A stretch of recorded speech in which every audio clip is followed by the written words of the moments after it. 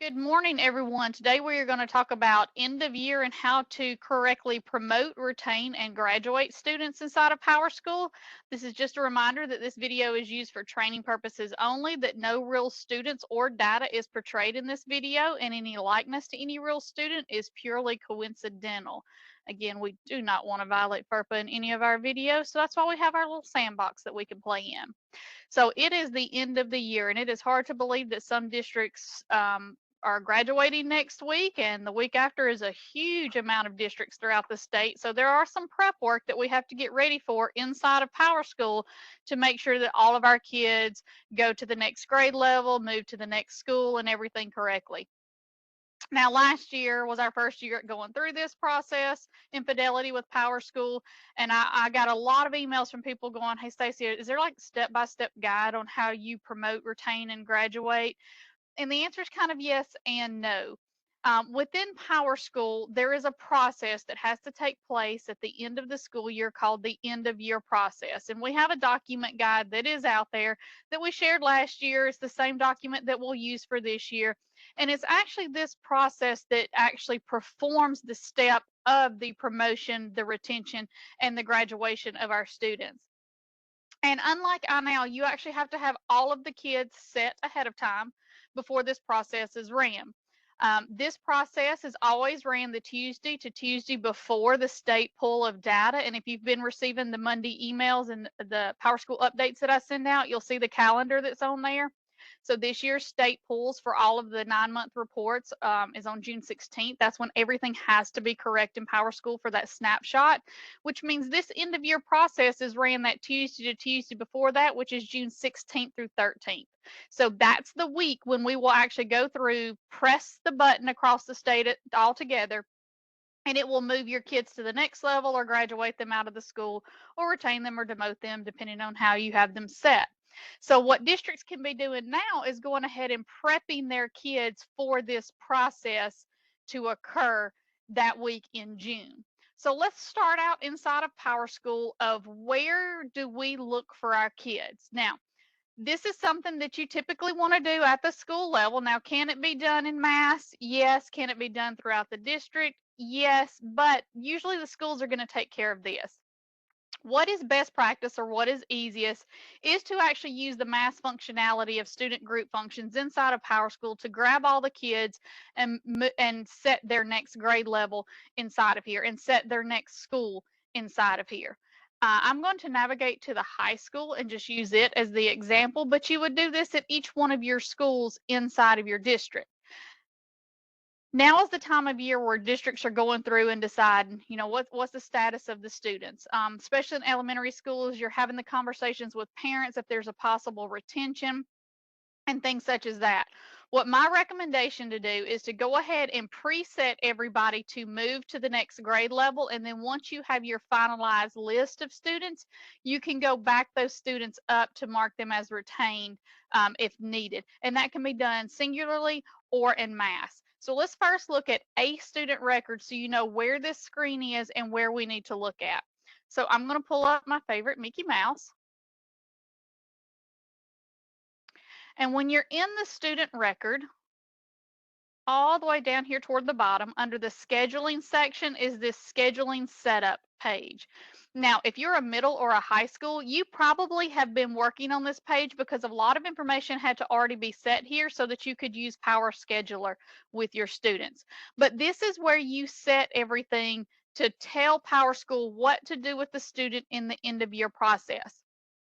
Now, because we rolled last year in the end of year process, part of that process is to go ahead and bump everybody up one grade level. So in theory, the majority of every district, unless you are a brand new district, and there were 3 districts that were brand new to the state this year, there were a couple of charter schools and then one breakoff school. If you're one of those districts, then your kids are not preset. But everybody else who was in the state last year did roll. So all your 9th graders moved to 10th graders, and it went ahead and set their next school grade level to be 11th grade. So most of you are pretty set. But think about kids who've transferred in, transferred out. This data got wiped and has got to be reset. It's best to just go ahead and do it in mass and find those students who need to be corrected on the backside of it.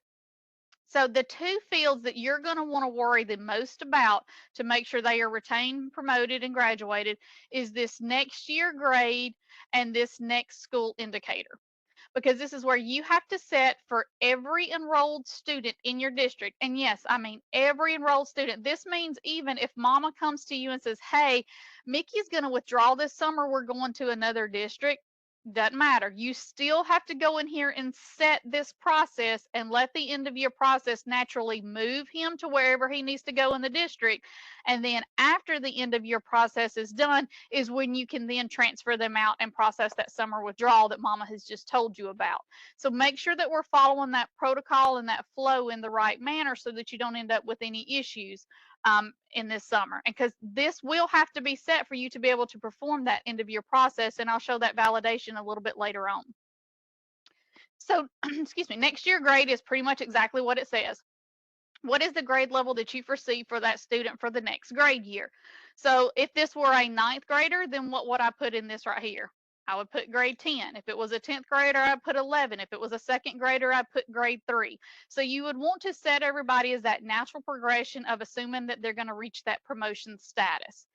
If after we set all this, it becomes the end of the year and we're having those conversations and you decide, no, Mickey is not going to move to the next grade level, either he didn't get enough credits as a high schooler, or we've talked to mom and mom, we've decided that we're going to retain this student for next year. We've got some of the Literacy Act stuff, all that goes into consideration. If you decide that this student needs to be retained, then what you have to do for next year grade is that you keep that same grade level. So if Mickey is a senior in this case and Mickey's not going to graduate, then I have to make sure Mickey's next year grade remains grade 12. So it will keep him enrolled and keep him at grade 12 status when we perform this end of year process. Someone just asked, for seniors, we put grade 99. Is that correct? And yes, that is correct. So everybody has that natural progression, and the grade level that comes after your senior year, if you are graduating, is grade 99. So if Mickey, who is a senior, is on track to graduate, then I am going to update his next year grade to grade 99. Now, do you notice how when I put that 99 in there, this box turned red? The reason for that is each one of your schools in your setup, and right now my next school says he's staying at Opelika High School. Well, Opelika High School doesn't have a grade 99.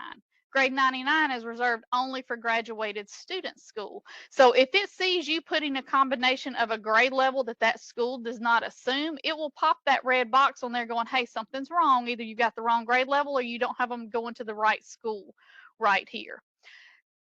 The next thing that you want to look at is what school do you have them tagged to go to, because when you perform that end of year rollover process, it is going to move all of these kids. And where you have right here is what it will show up as a next year active enrollment that you either leave, or if it's a summer withdrawal, where you will withdraw them out of. So in this case, if Mickey is going to graduate, then I'm going to mark him as grade 99, and I'm going to make sure that his next school is graduated students. Notice when I change that to graduated students, grade 99 actually shows up as a green box instead of that red box that we saw a little bit earlier. Now, if this were, let's say Mickey was a 10th grader, okay? So if Mickey was a 10th grader and going to promote, then that means I would make his next grade 11, and his next school would stay Opelika High School. So think about what grade they're going on and what school that they're actually going to be in for the upcoming year. So how many of you have the situation where your kids are going to move schools? Like maybe, what if this high school is not the only high school in my district? Maybe I've got 2 high schools and mom has said, hey, we're moving, and they've already given you proof of residency. Let's say you've got all your paperwork in order and you know that Mickey is going to be an 11th grader, but he's going to the other high school. It is completely okay for you to go ahead and set those movements here. So just because I'm in this school now doesn't mean I'm necessarily staying. So if there were another school that I were going to, let's just pretend that it's that one, I can go ahead and preset any of these, because how many of y'all have, here's the biggest example, pre-K kids in a school where they'll go to another primary school after they finish with pre-K?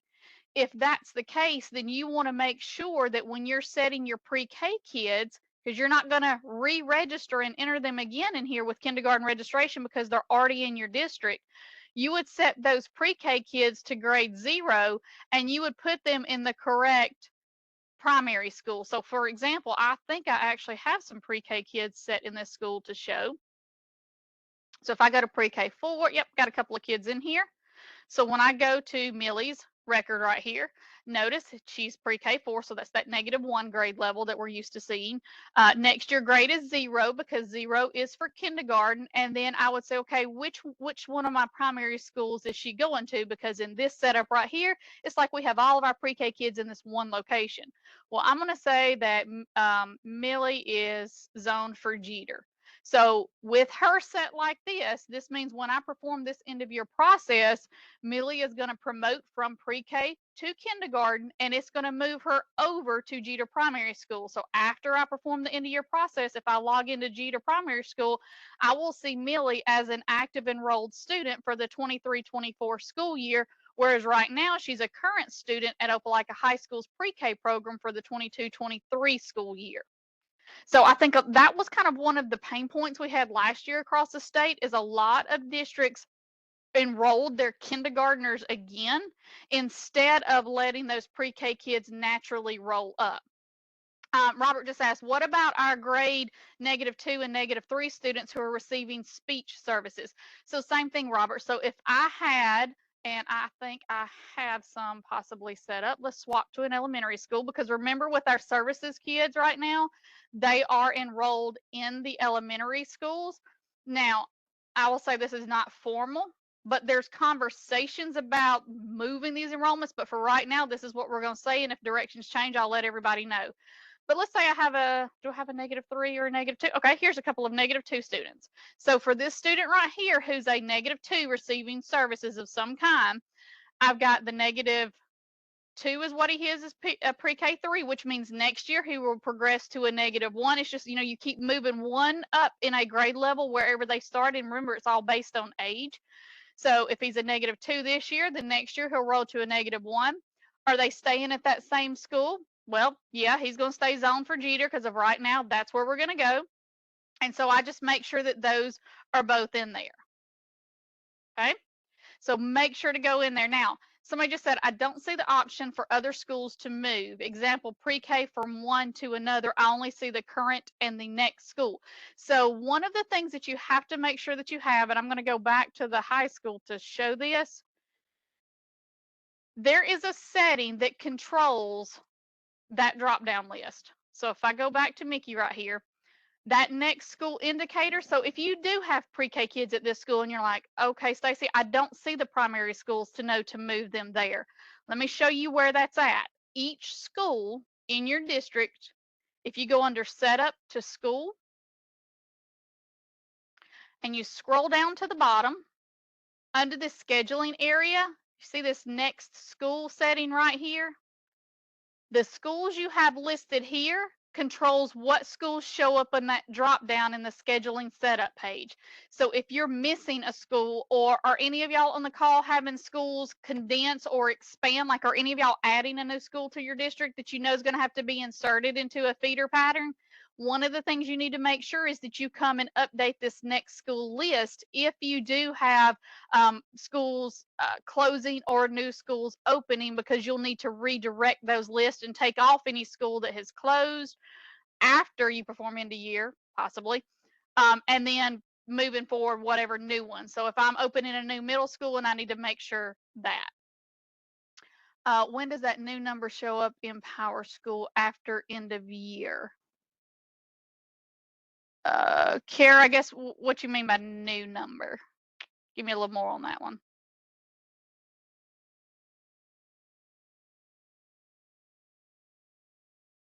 If you're talking about school that you're able to put right here, so if I have a new school, okay, so if you are getting a new school, once that school has been approved through the finance office, and usually I think your CSFO works with Ethan Taylor here at the department, and you're issued that new number, it's 003555, whatever it is inside of there, you'll create that school in your district office.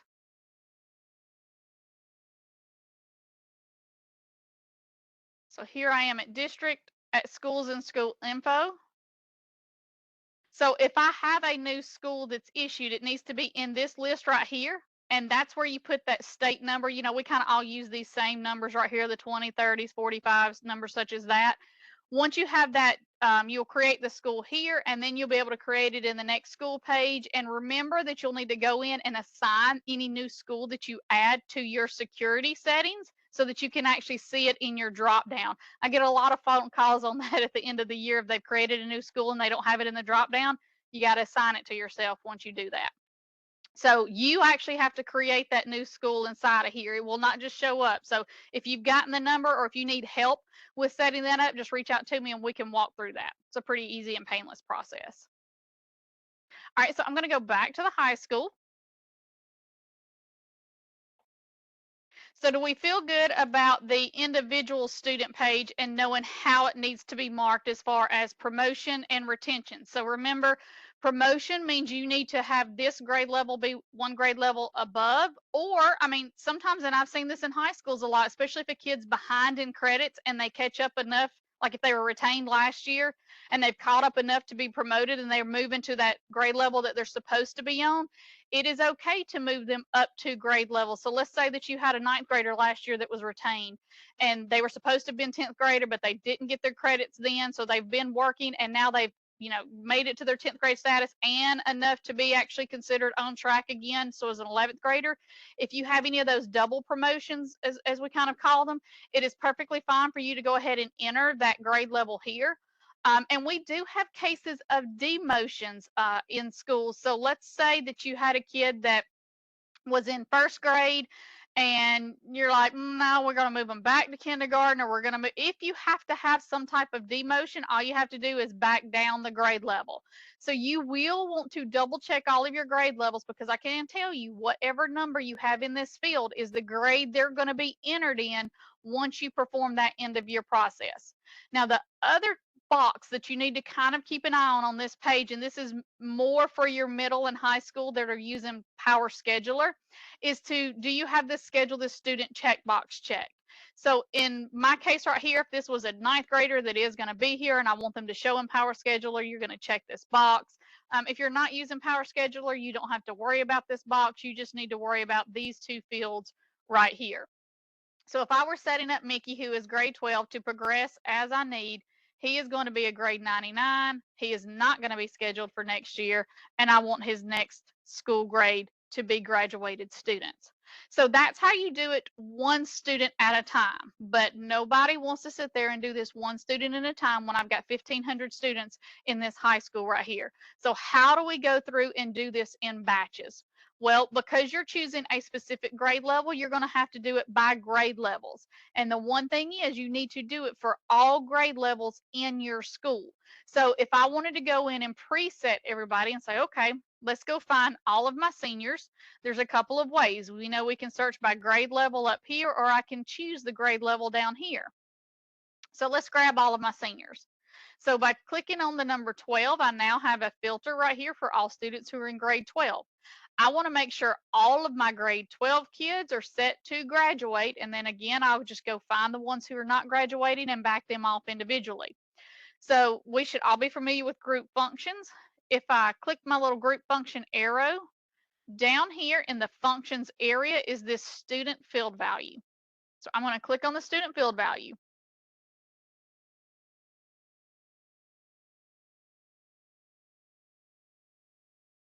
I'm going to click on fields. And in this filter up here, because you're going to have tons of fields and we don't want to sit there and scroll through those, but if you'll click on this filter and type in the word next, it'll start shifting. And these are going to be the fields that are on that scheduling setup page. So this one right here, next school year grade, and everybody's will be different numbers. So mine says 760, yours will say something else, I'm sure. This is going to be that grade field. So that's the one that I want to click for right now. Whoops, I clicked the wrong one. Trying to highlight. So let's do that again. Next. And I'm going to choose SCED, next year grade. So that is the field. And I'm going to copy and paste it into the chat. That's the field that you want to do the grade level. So remember, I have 322 seniors selected. So what's the grade level that I want to set all of my seniors to on the assumption that they're all going to graduate? I want it to be grade 99. So I just type what I want that field value to go to. And then I'm going to, and notice this is irreversible. When you make math changes in PowerSchool, there is no way to undo that. So keep that in mind. You can do it again to fix them, but you can't undo it. Somebody just asked, can we do this before end of year? You have to do this before end of year. Like this is part of those steps in that end of year document. So you're going to hit submit. Now be careful here because a lot of people stop here and you don't. What this is it's a verification page. So this is saying, okay, Stacy, you just said you want to change all of these kids from this grade level to this grade level for next year. Is this correct? You have to scroll to the bottom of this list and see this second submit button. You have to hit submit again. And now it's going to process those changes. Now, I will say this, when you go to do a student field value, if you say I'm choosing to move these kids from this grade to this grade, it's only going to go grab kids who are not already set to that grade level. So do not be alarmed if when you go grab all your seniors, it only lists like 6 or 7 students to change because it might be that all of your seniors are already set to grade 99 and only these few didn't get set, and it's going to pick up those who are lacking.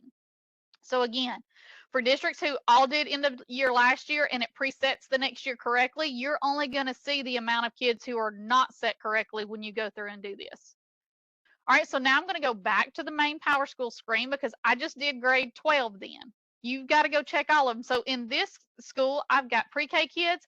I've got grades 9, 10, 11, 12, 13, 14, and 15. Because remember, we've got our special ed students who stay until 21 that you need to make sure you move appropriately as well.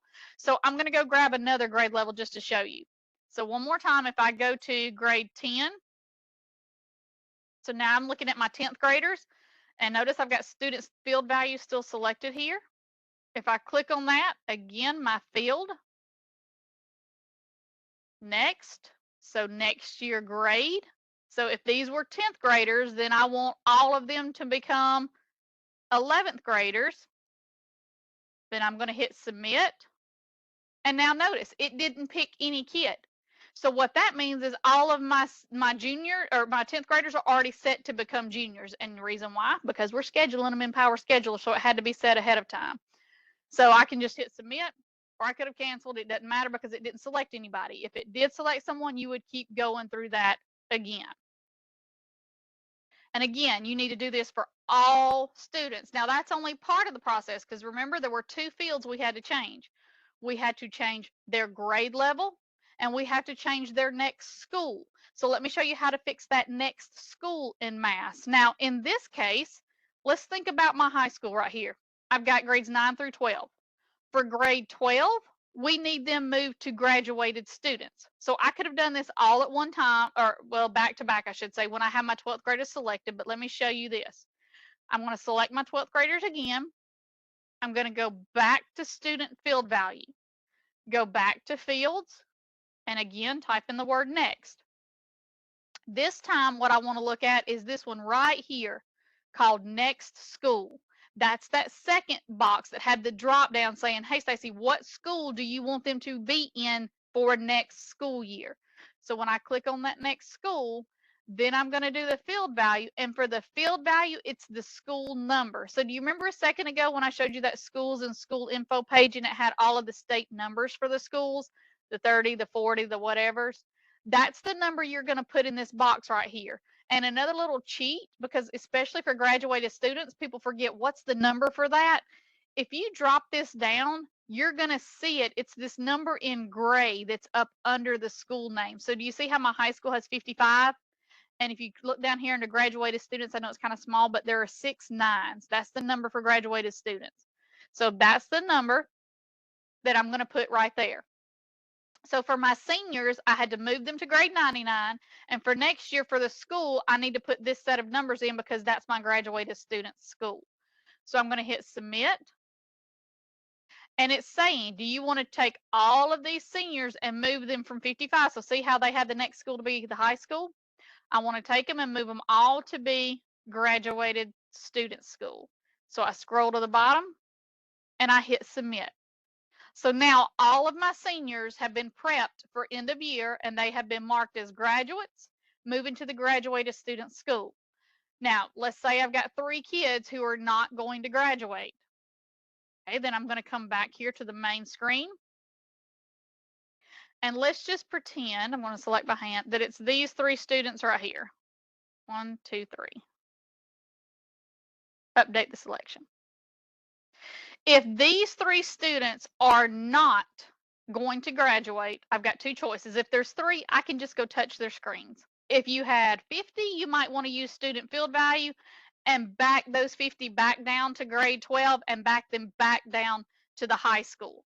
So if I just click into the record, since there's only 3 of them, I say, well, Alexander didn't make it, so I'm going to change this to grade 12. He's going to stay a senior. He's going to have to go to summer school, and he's going to stay at the high school. And I'm going to hit submit. And then do y'all know the trick that once you have your selected group of students, do you see up here there's a list and it says 3? I can scroll left and right to scroll through their pages. So if I just scroll to the next kid, now I'm on Angel's page. And again, I can do the same thing. She's going to be back down to grade 12, staying at the high school. And so you could do that with whichever kids you decide were not going to get promoted. So we need to do that with all grade levels at all of your schools. Now, I had a couple of questions coming in. Just for clarification, when doing the next year grade, do we need to check clear field value? No, Myra, you do not have to do that. That's only if you really want to wipe all of those values out, but you do not have to do that. You can simply go in and update them from whatever grade they are now to what they're going to be for next year. Is this being recorded? Yes, it is, and I will be sending the recording out to everyone. How soon can we do this? Jessica, you can go ahead and get started on it now if you want to. A lot of districts are going ahead and presetting everything to move forward. And then as you are working with principals and counselors and teachers to decide, who is not going to be promoted, then you can start backing those off. How can I find the number for my high schools? So the easiest thing that I say to do is to, in your drop down list, if you see your high schools, you can see it there in that number, but if you don't have access to them, they're not going to be in there. So you might have to get your funding code like everybody uses on POs. You know how you have that 0060, it's your state code for that. If you know that number for your school, ask your CSFO. They can tell you, or your principal, somebody around you knows that number, and it'll tell you what you add inside of there. How do you remove the check for scheduling? So if you want to remove or add this check in mass, there is a way to do that as well through student field value. So let's go and do that. Let's go back to my list of seniors, because it might be that all of my seniors are set to schedule. Well, I don't want them scheduling. I don't want them showing back up in next year. And I will tell you, if you leave them scheduled, they will show up for scheduling and could possibly be assigned to schedule in Power Scheduler, and you not mean for that to happen. So I'm going to go back to student field value on all these seniors. And when I go to fields, and again, I type in next. Oh, actually, this one doesn't have the word next in it. So it's this field right here called scheduled. I'm going to throw this one in chat. That is the field that is that schedule this student checkbox. So if I click on this, and now I have to remember if it's ones or zeros or true and false. And here's how I'm going to find out. If I type in an F, okay, so do you see how it tells you what the old value is? So if it says true and I've got F, that's not going to work. That means the value should have been true or false. So what you do is you go back, you do it one more time. Sometimes I have to check on these. Scheduled. I want it to be false. Submit.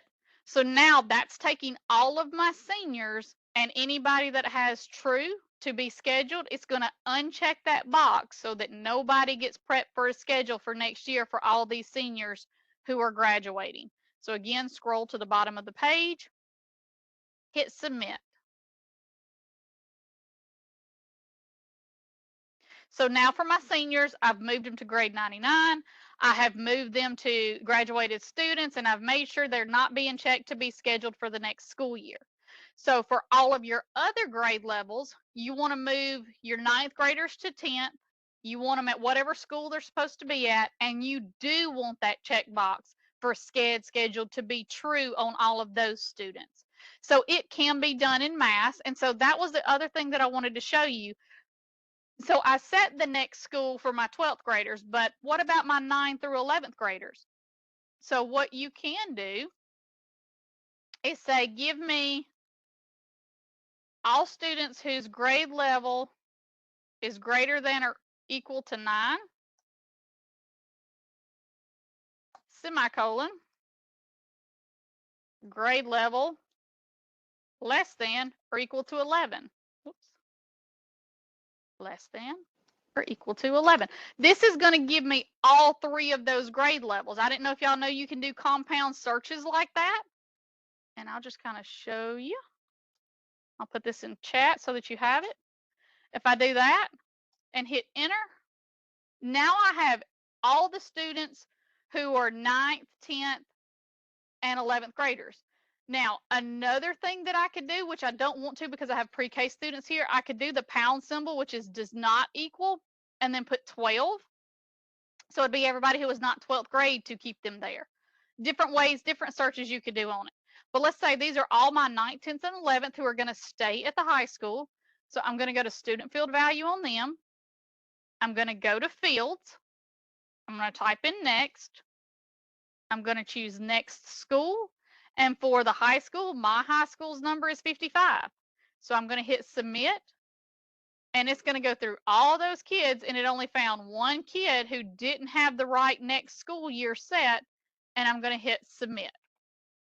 And now it is changed. Jacqueline says, will you set it to false for 8th graders who are moving to a middle school to a high school? No, you still want to leave that as true, Jacqueline, because they might not be scheduling in your school, but that's the trigger that schedules them in the school that they are moving to. So when you move that next school grade to the high school, you still want it checked in that 8th grade record that they need to be scheduled. So the only ones that you really don't want to have scheduled are your 12th graders that are moving out. Everybody else in the district theoretically should have scheduled this student checkbox check. Terry said, what about the drop-down box next to the students to select the grade level? So there's not a drop down for the grade level, but if you're talking about the next year grade, that is that first field that I showed you here that's going to be this the next year grade. So you would do that one as well. Sharon says, one of our high schools has 1 or 2 students who are currently classified as juniors due to taking classes under senior level. They should graduate. How does the counselor fix this? Okay, so let's pull a junior and show you how that would work. So let's just find a junior in my list. So let's take this student right here. Okay, let's pretend that this is the junior who is going to be set to graduate because they've been taking accelerated classes. So even as a junior, they're taking and have finished everything to be required to be a graduate. All you would need to do, and I've already prepped this one, is say that, okay, this student's going to move from 11th grade to grade 99 and move them to graduated students. So you might have somebody that graduates out after you run that end of your process from a junior to a actual graduated student. So that is what you would set up right there. Oh, Terry asked, how do you do it on the search screen? So I'll show that one more time real quick. So if I go to student field value, the field that is the grade level is next year grade. Okay. So that is what you would choose to change that grade level. Now, let's say that you take the time. So everybody's making their to-do list and you're like, okay, I know I've got to go get all these kids and I've got to go set them. Now, one thing, because remember, once we press that button, or when I say we, that's going to be your district PowerSchool person. There's only going to be one person in the district to press this button for the entire district come that week of June 6th through 13th. Couple of things. You're going to want to lay eyes on this list to make sure that you have everybody in the right area. So I know what your question is, Stacy. How can I see how everybody's been set so I can double check all of my kids? So I will tell you one of the reports that I used to use that helped out tremendously. It's in this PSCB custom reports. If you don't have these reports, let me know, email me, and I can get them to your tech director so he can get them installed for you. But in this PSCB custom report bundle, there is a scheduling future year. Inside of this is this one right here. It's the student scheduling setup page.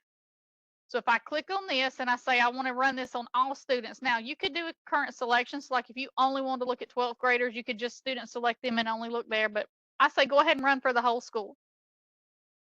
Hit submit, and it will list all of the kids in the school.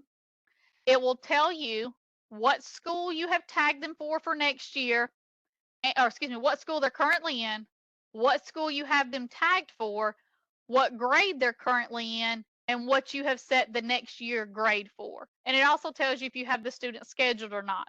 And notice there are boxes up here, which means I can filter these. And this is why I say just go ahead and run this instead of filtering, because I can come here and go, okay, show me all of my 12th graders. So now I'm looking at 12th grade, and what should I expect to see? I should expect to see everybody moving to grade 99 and graduated students except for those 3 that I just retained. So if I scroll right here, sure enough, there's the 3 that I said, nope, they're going to stay 12th grade and they're going to stay at the high school. And then I see all of my others do say graduated students grade 12. So it's a double check for you to lay eyes. And I can go and say, okay, now show me all of my 11th graders. And sure enough, here's all my 11th graders are set to grade 12 with the exception of this one that I've said is going to be grade 99. But oops, what did I not change? Their next school. What should their next school say? Graduated student. So that tells me I know I need to go back and find her and correct her graduated students. So this is where you can run this report and double check that you have marked all of your kids correctly. So I highly suggest after you've done all of this, after school is over, after you have posted grades and you have decided who has been promoted, who has been retained, and you have set everybody appropriately, you come run this and check it before the end of your process button is pressed that week of June 6th through 13th. Someone just said that they don't see the scheduling current year, or they only see scheduling current year. So that means there's another plugin that your tech person needs to install for you. So Jessica, if you'll just reach out to me or have them reach out to me, I can give them the link to that plugin so that they can install it.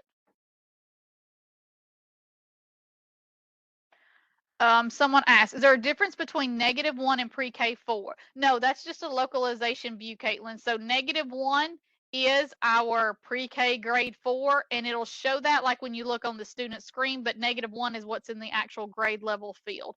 So in fact, if I were to type in -1 right here, you'll see those -1 values. But if I were to go to any of these students' pages, then I would see it as an actual pre-K 4 up in by the name. Notice as well, you're going to see your pre-registered students in this list. So they do as well have to have that next grade and next school, even though they kind of naturally get progressed in there. These will have to be in there.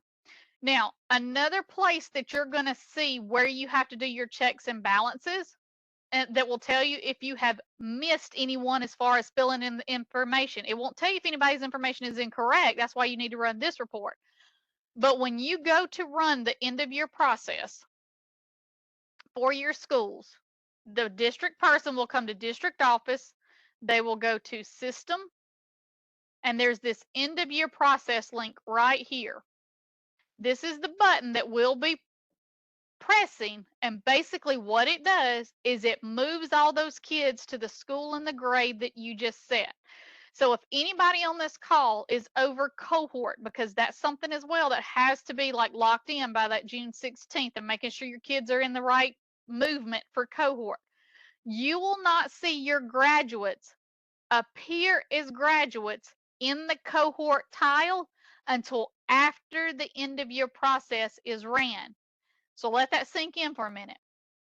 You will not see your graduates appear as graduates until after the end of your process has been ran, which means you are going to have a very short window to validate those graduates before you certify that cohort tile by the 16th. So you need to have everything prepped and all of your other kids checked. You can be checking them now. And then when you run your end of year process, you go check that cohort tile to make sure everybody you had in your list of graduates actually moves to graduated status after that. Okay, that's going to be a last minute eye check on there. When your district runs this end of year process, there is this page, and everybody should be set to these same denotions right here. What it's going to do is it's going to exit kids from the current school year and move them to the next school year. And in fact, let me go back to Mickey's page and show you where that change is going to take place at. On the transfer info page under enrollment, when we complete the end of year process, what it will do is it will take this current entry for the current school year. It will give a code over here. That code that it gives is going to be based on what codes you have right here.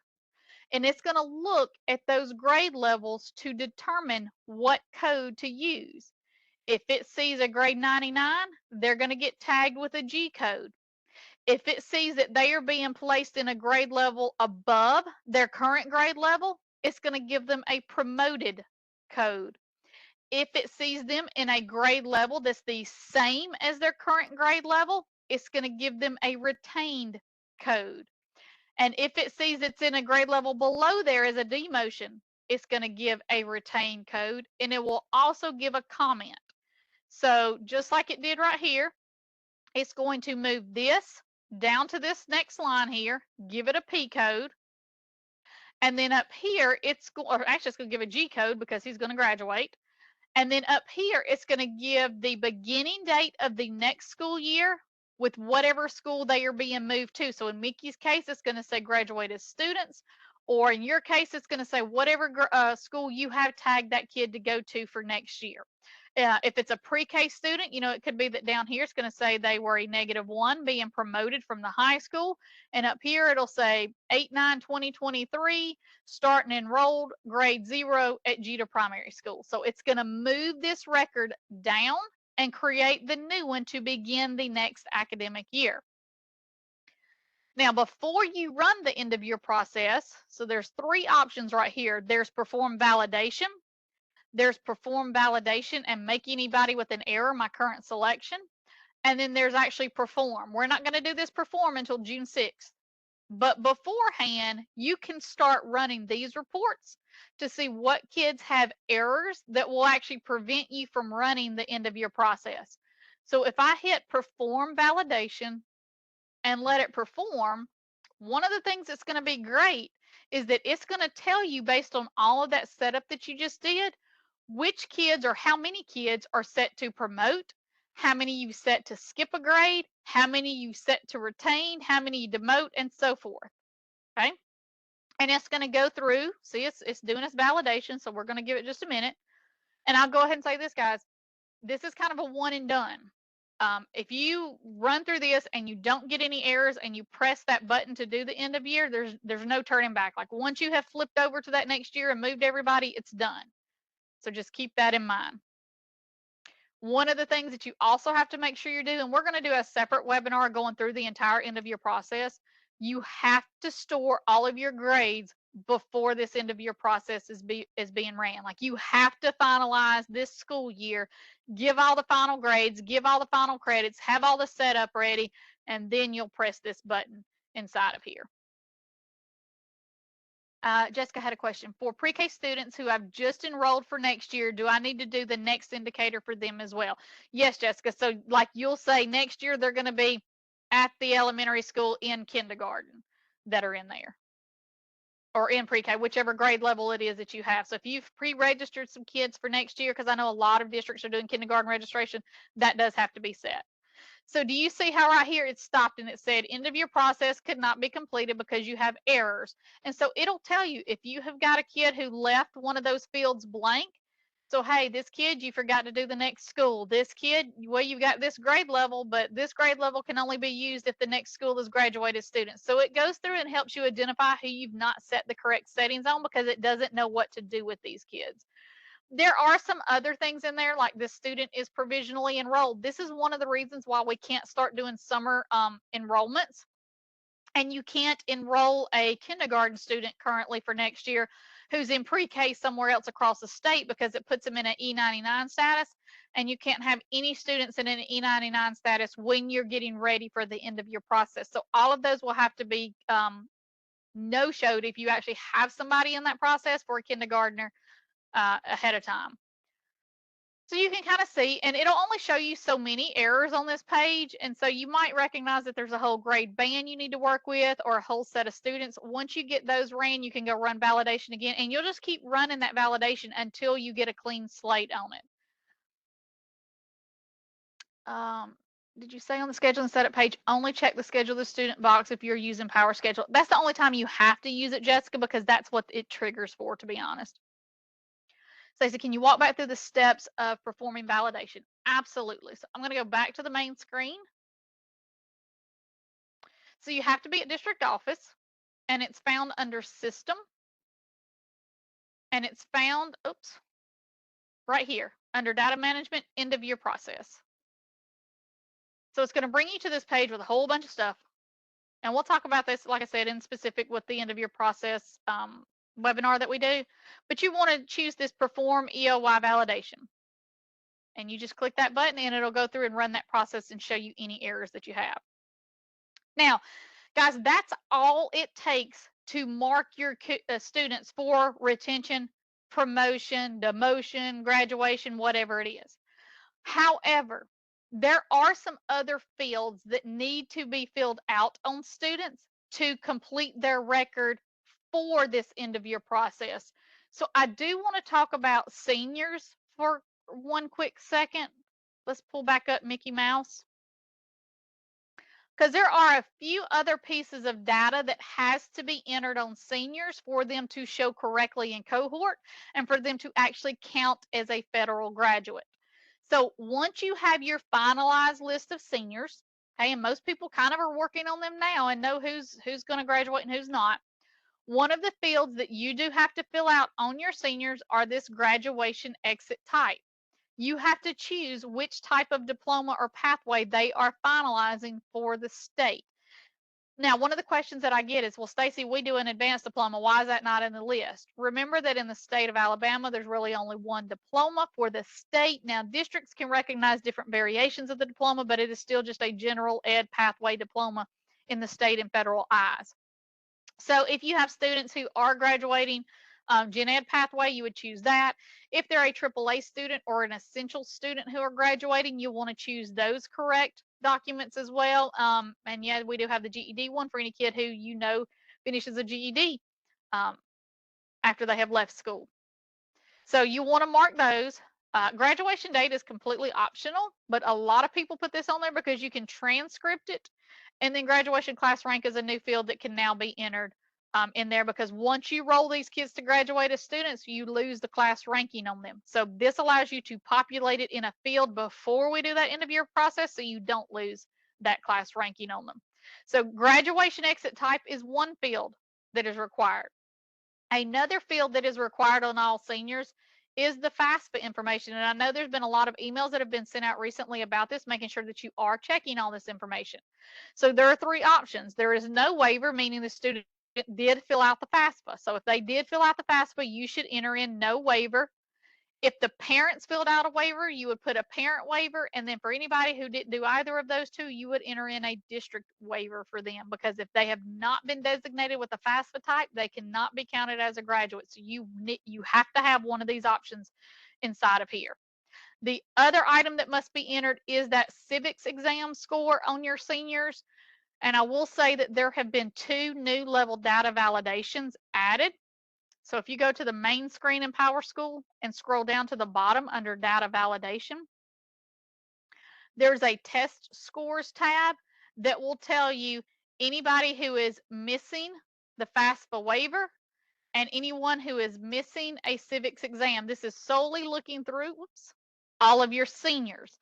Now, one thing that I can't pull on this validation that you need to make sure you're aware of, did you have any early graduates? Early graduates are not going to appear in this list, so you have got to lay eyes on your early graduates to make sure you have FAFSA, civics, and graduation exam type entered on your students. So keep that in mind. So that was just some kind of afterthought to make sure that you have those as well, but we'll talk about those again in that end of year documentation. All right, a couple of questions have come in. Do we still have to mark the end date for students in pre-K? Teresa, are you talking about the non-traditional student type? Okay, that will actually end date automatically when we do the end of year process. We actually had that reconfigured with PowerSchool during the school year so that now if you withdraw a student that had a non-traditional type, or when we wrote end of year over, it will go ahead and end date. That way you know you just have to go reset them for the next year. Brian said, what about nonverbal SPED students who do not take civics exam? Remember, there's a waiver for that, Brian, so you just have to enter in that waiver. And so in the directions for how to enter the civics exam, it tells you how to do that waiver for them. Will you share the end of year? I sure can. Let me grab that link for you. And it's going to start popping up in my updates. But here is the link to it. Remember, with WebEx, you got to copy and paste that whole link. Like, don't just click on the little blue part, but copy and paste that whole link, and it'll take you to that document. And just to kind of show you this document, it is Alabama specific, but it walks through, here's your entire checklist, and see how it says, assign new school. Like, if you go through this, it will take you step by step through everything. It talks about reports that you need to run, because there are some reports that after we perform end of year, you can no longer access. So again, we'll talk about all that in an end of year webinar, but that kind of gives you a head start on it. Carla, if the student has completed the FAFSA application and we leave the field blank, should a date be added or left blank as well? Yeah, Carla.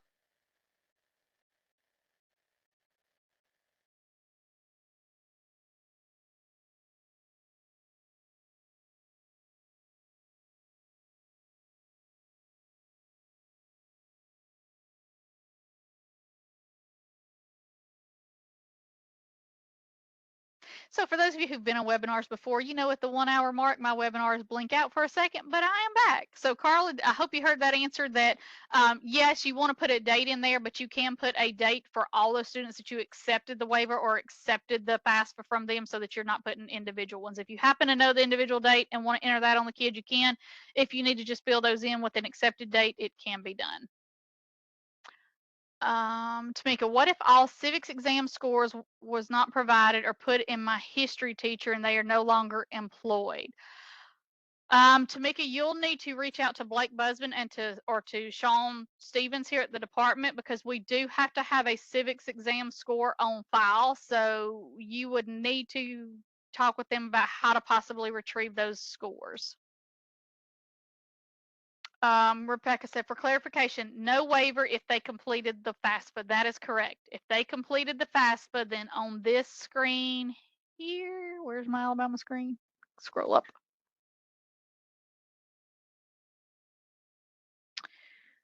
If they completed the FAFSA, then I would say no waiver. And always hit submit. People forget if you're on that one page to hit that submit button, so always hit submit after you change anything. Judy, is it possible to deliver new students now as pre-registered for the 23-24 school year? So Judy, there's some things you have to watch out for. If you have not watched that webinar about kindergarten registration and enrolling students for the next school year, I highly recommend that you go back and watch that, because we lay out what kids you can deliver and which ones you cannot deliver, because there are some you cannot touch it, and that will explain everything. Gary, homeschool athletes and foreign exchange still withdraw on the last day of school. That is correct. For your non-traditional students who you are not the ones who are promoting and retaining them. So how many of you have the Tim Tebow homeschool athletes in your district? Okay, remember that those are your non-traditional students. Those students, you are not their education provider. They're doing that through homeschool. So you do not leave them in for the end of year process. You withdraw those students out on the last day of school so that they don't get a next school year or a next grade level, because you don't promote, withdraw, retain, or graduate them. They are doing that through homeschool. And if they're going to come back and play sports again with you the next year, you re-enroll them for next school year.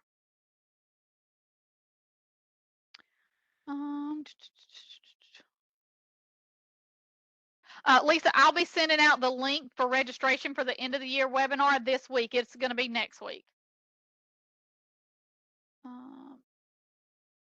Someone says, I don't have PSCB. So for Wilcox County, if you'll have your tech director to reach out to me, get Michael to send me an email, because I will not remember after this chat to do it after this, but either you or Michael send me an email and I'll forward that link to them. Would it be better to do a mid-year promotion for those 11th graders who are graduating early so they appear as seniors to avoid overlooking them when completing senior steps? Shelley, that's a call that the district needs to make as to how you want to do that. Philip, hello, what is the order of operations on a school who will be receiving a new grade level for this next school year? We have one high school who is taking 6th grade from an elementary school. So you're just moving grade levels for them. Then the first thing that you'll need to do, Philip, is in your school setup at district office, you'll need to change what grade levels you can accept, because you'll have to preempt those for that grade level. So when I go into district and schools and school info, so right now my high school is set. Actually, it's set because I've got a pre-K there, but let's pretend it was like grades 9 through 15, and I'm going to assume an 8th grader. In your case, you've got 7 through whatever, and you're going to add in the 6th grade. You need to make that change here to say that it accepts grade 6, and then you'll need to make sure that the school that the 6th grade is at now has the next school of the high school. It probably already is available there, but just double check on that. And really, that's all you've got to change in that situation, Philip.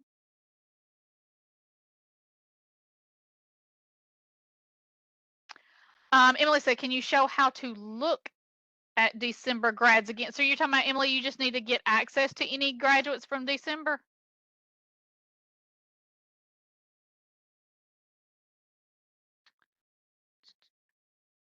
All right. For civics test. Okay, so here is one of the tips that I'll always throw out there. If you ever need to get back a student that you had at one point in time, and this is going to happen after rollover, guys. So let's say you're a middle school and your 8th graders roll to 9th grade and you realize you need to do something to them. What you want to do, and you're going to be at the school level, is you're going to come up here to this enrollment summary in the school. This is the easiest way to get back your kids. Change the date to a date you know they were enrolled with you. So if I want to go look at my mid-year seniors while I'm still at the high school, then what I'm going to do is I'm going to say, give me everybody who was enrolled as of December 1st, 2022. You click the little calendar, and now when I look at my list, I'm going to see all of my kids. So if there's a kid that I need to get back, like if this kid was a mid-year graduate, then I can go and grab them. And I'm trying to think. I thought I had a mouse that I moved, but maybe not. But anyway, I would have access to all of them here. So I could add these to my current selection. And when I go back here, well, there's one right there. That student right there, see, notice they're over in grade 99. That would have been a mid-year graduate, but now I can access them back from the high school. So same thing, after the end of your process, if all of your 8th graders move to 9th grade, but you need to do something with them, all you have to do is go to that enrollment summary and put like the day before the last day of school in there, or the last day of school, and it'll pull those now 9th graders back into your middle school so that you can do whatever you need to those records.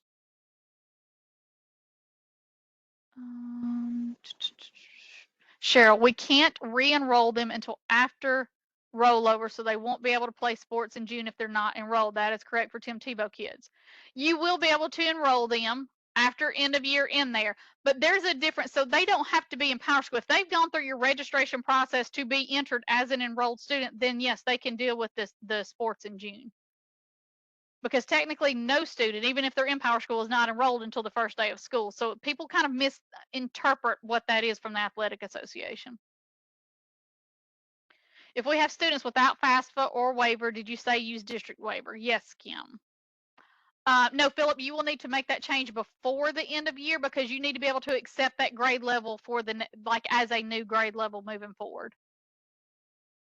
And you'll have to, because you'll have to set that up for those fifth graders who are moving to sixth grade, and the high school's got to be able to accept that sixth grade. Angela, I was looking at data verification and I noticed I have a number of students without a schedule next year. What do I need to do? So which data verification were you looking at, Angela? Because there's some, like for elementary schools, some people won't even put in those schedules until next year, so that's fine. You can leave those right now. They're just checks and balances so that you can start looking once we get into the next year who has data and who does not. Should the schedule of the student be checked on students moving to another school? Yes, it should.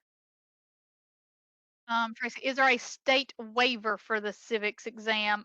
Tracy, you'll need to reach out to Blake Busbin to see if there's an actual like document that the state has in journal. I'm not sure about that. I just know how it needs to go into PowerSchool. Sorry about that. But Blake Busbin can help with that.